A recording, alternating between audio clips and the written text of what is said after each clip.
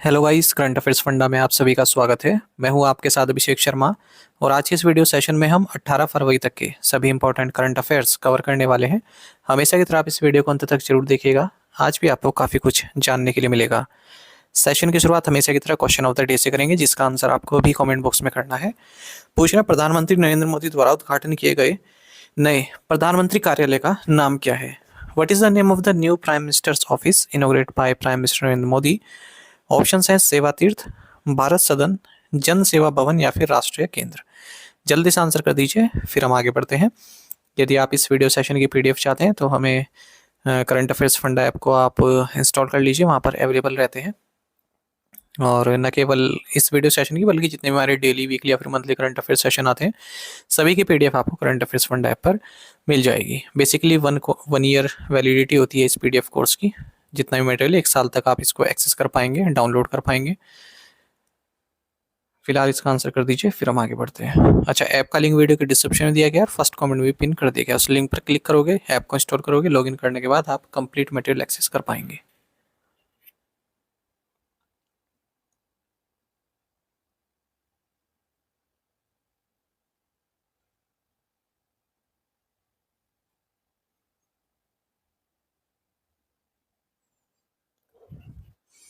Which Indian badminton player clinched the men's SL3 gold medal at the BWF Para World Championships in Bahrain? Bahrain में आयोजित BWF para विश्व championship में किस भारतीय badminton खिलाड़ी ने पुरुषों के SL3 वर्ग में स्वर्ण पदक जीता? ऑप्शंस आपके सामने हैं। सही आंसर ऑप्शन डी है, प्रमोद भगत। बैडमिंटन की हम बात कर रहे हैं, भारत के प्रमोद भगत। इन्होंने मेंस SL3 गोल्ड मेडल जीता है BWF पैरा वर्ल्ड चैंपियनशिप में। इंडोनेशिया के मोहम्मद अल इमरान के ऊपर इन्होंने जीत हासिल की। बहरीन में चैंपियनशिप हुई है। 37 साल के हैं और ये इनका 4th कंसेक्यूटिव सिंगल्स गोल्ड है वर्ल्ड चैंपियनशिप में। और ओवरऑल इनका ये 6th वर्ल्ड टाइटल है SL3 कैटेगरी में। तो SL3 क्या है? कैटेगरी है। इस विक्ट्री के साथ भगत ने चाइना के लेजेंडरी लिन डैन को पीछे छोड़ दिया है, जिन्होंने 5 मैन सिंगल्स वर्ल्ड टाइटल जीते थे। Which country hosted the first BRICS Sherpa and South Sherpa meeting as part of its 2026 chairmanship of the BRICS grouping? किस देश ने 2026 में ब्रिक्स समूह की अध्यक्षता के तहत पहली ब्रिक्स शेरपा और सू शेरपा बैठक की मेजबानी की है? ऑप्शंस आपके सामने हैं। सही आंसर ऑप्शन ए है, इंडिया। तो भारत ने first BRICS sherpa and sous sherpa meeting को होस्ट किया है न्यू दिल्ली में। भारत के पास ब्रिक्स समिट की चेयरमैनशिप है, 2026 में भारत होस्ट करेगा। इस मीटिंग की अध्यक्षता की गई सुधाकर दलीला द्वारा, जो कि इंडिया के ब्रिक्स शेरपा हैं, सेक्रेटरी इकोनॉमिक रिलेशंस। साथ ही शंभू एल हकी, जो इंडिया के ब्रिक्स शेरपा हैं।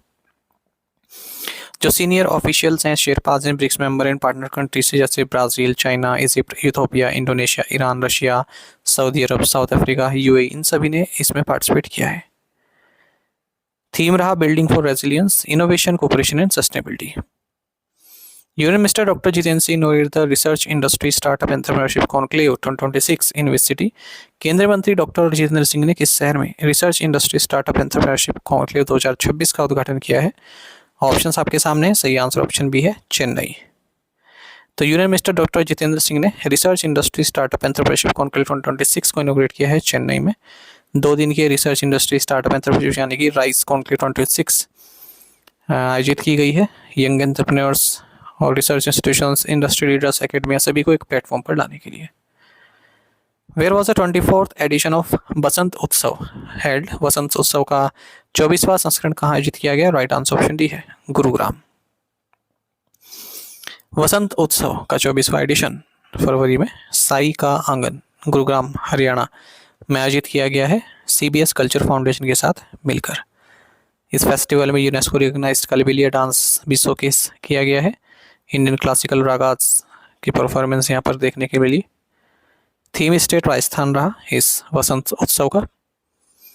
लखपति Bitiya Yojana has been announced by which state और यूटी गवर्नमेंट? लखपति बिटिया योजना की घोषणा किस राज्य या केंद्र शासित प्रदेश की सरकार ने की है? राइट आंसर ऑप्शन बी है, दिल्ली गवर्नमेंट।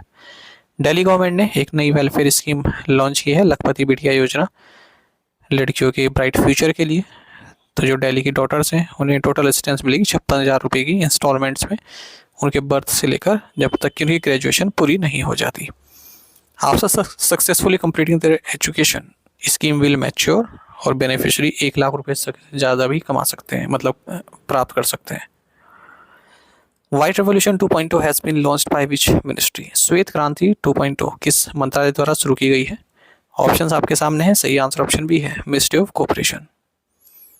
सेंट्रल गवर्नमेंट ने व्हाइट रेवोल्यूशन 2.0 को लॉन्च किया है डेयरी सेक्टर में कोऑपरेटिव कवरेज को एक्सपेंड करने के लिए, एम्प्लॉयमेंट जनरेट करने के लिए, महिला एम्प्लॉयमेंट को और मजबूत बनाने के लिए। मिनिस्ट्री ऑफ कोऑपरेशन का इनिशिएटिव है मिल्क प्रोक्योरमेंट को इंक्रीज करने के लिए डेयरी कोऑपरेटिव द्वारा 50% तक, प्रेजेंट लेवल से 50% और बढ़ाने तक अगले 5 सालों में। ठीक है, मार्केट एक्सेस प्रोवाइड की जा सके डेयरी फार्मर्स को। In absolute term, milk procurement by dairy cooperatives is expected to reach 1,007 lakh kg per day by the end of 2028-29, the 5th year of implement। जैसे डेयरी वाले होते हैं ना, कई लोग जिनके यहाँ गाय भैंस होती हैं, ठीक है, तो उनसे दूध प्रोक्योर कर सके।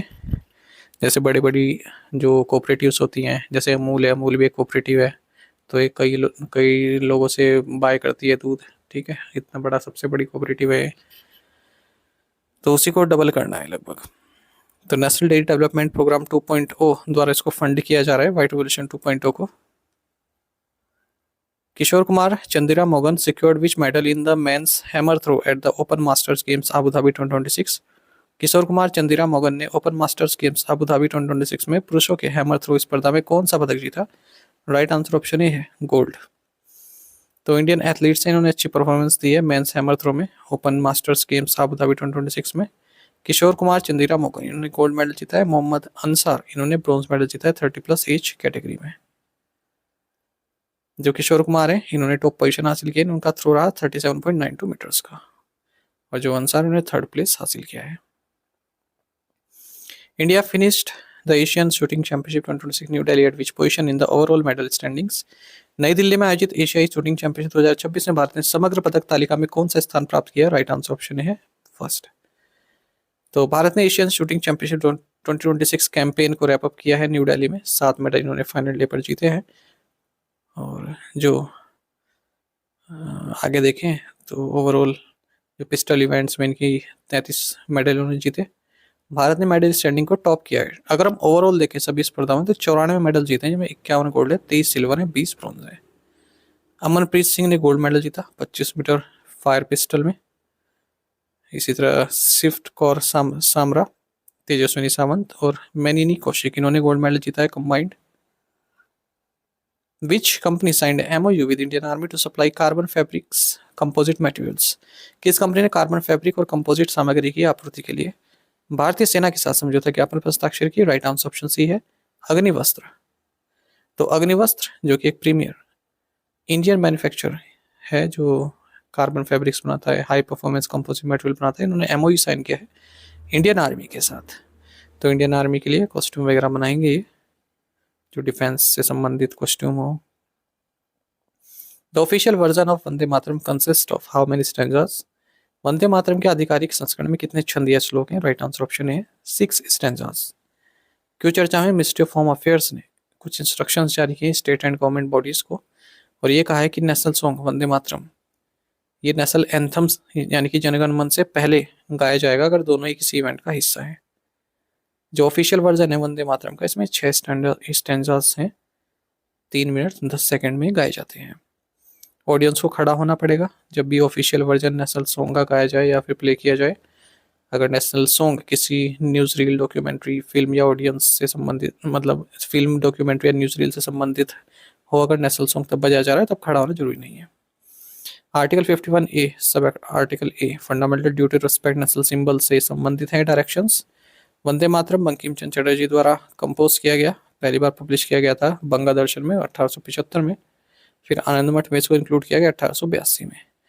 म्यूजिक इसको रविन्द्रनाथ टैगोर ने दिया है। 24 जनवरी 1950 को डॉक्टर राजेंद्र प्रसाद जो कि फर्स्ट प्रेसिडेंट ऑफ इंडिया रहे, इन्होंने अनाउंस किया कि जनगण मन नेशनल एंथम होगा, वंदे मातरम भी जो है इक्वली, हाँ मतलब उसको ऑनर दिया जाएगा। जनगण मन नेशनल एंथम ये रिटन एंड कंपोज है बाय रविन्द्रनाथ टैगोर 1911। ये सब जानकारी आप जानते ही हैं। टू द पॉइंट क्वेश्चंस, उनके आंसर देखेंगे। An ant bite is acidic in nature, which acid is present in the ant bites? Formic acid. Who was named Rajasthan Royals captain for the upcoming IPL season? Riyan Parag. Which article of the Indian Constitution is related to Comptroller and Auditor General? Article 148. The provision of impeachment of president of in the Indian Constitution is borrowed from the Constitution of USA. The idea of justice, social, economic and political in the preamble of Indian Constitution has been taken from the Constitution of Russia. आप में से कई students बिल्कुल सही answer किया, इस तरह से आप पार्टिसिपेट करते रहे। चलिए टू द पॉइंट क्वेश्चन देखें कि आंसर आपको भी करने हैं कमेंट बॉक्स में। Who is the ex officio chairman of Rajya Sabha? In which month is the Hornbill Festival celebrated in India? Which team has won the 2025-26 edition of Vijay Hazare Trophy, defeating Saurashtra by 38 runs in the finals? India's first artificial satellite dash was launched in space by ISRO on April 19, 1975. Transcorp International Limited has received in principle approval from which Indian regulator for participation in centralized payment system? इन पांचों questions के answer आपको comment box में करने हैं। यदि एक question का answer भी आता है तो भी आप हमें अवश्य बताइएगा। यदि हमारी daily current affairs PDF, weekly PDF, monthly PDF और हर महीने के banking and economic awareness PDF चाहते हैं तो करंट अफेयर्स फंडा का वरीय मेंबरशिप प्लान आप ज्वाइन कर सकते हैं, जिसका लिंक आपको वीडियो के डिस्क्रिप्शन में या फिर फर्स्ट कमेंट में मिल जाएगा। आपको बता दें इस वरीय मेंबरशिप प्लान के तहत जितना भी हमारा पीडीएफ कंटेंट है हम आपको 1 साल तक के लिए प्रोवाइड कराते हैं, जिसे आप डाउनलोड कर सकते हैं, प्रिंट आउट भी निकलवा सकते हैं। इसके लिए चाहे तो आप करंट अफेयर्स फंडा ऐप को यूज़ कर सकते हैं या फिर अपने लैपटॉप या सिस्टम की मदद से वेब लॉगिन भी कर सकते हैं। कोई भी आपका एग्जाम हो, बैंकिंग, एसएससी, रेलवे या फिर स्टेट पीसी, जहाँ पर भी जनरल अवेयरनेस या करंट अफेयर्स पूछे जाते हैं, सभी एग्जाम्स के लिए हमारा पीडीएफ कंटेंट काफ़ी यूजफुल है। इस पीडीएफ कोर्स में आपको RBI circulars, financial awareness, digital awareness, banking awareness, general economic awareness सब कुछ प्रोवाइड करा रहे हैं 1 साल की वैलिडिटी के साथ। तो इसका लिंक वीडियो के डिस्क्रिप्शन में और फर्स्ट कमेंट दोनों में ही मिल जाएगा। उस पर क्लिक कीजिए, ऐप को इंस्टॉल कीजिए, लॉगिन करने के बाद आप ये कोर्स कर पाएंगे। फिर भी कोई डाउट आपका रहता है तो हमारा कस्टमर केयर नंबर है 44816918, इस पर आप कॉल कीजिए या फिर व्हाट्सएप करके भी जानकारी प्राप्त कर सकते हैं। टेलीग्राम पर ज्वाइन करना ना भूलिए, करंट अफेयर्स फंडा नाम से हमारा टेलीग्राम चैनल है। Thank you guys.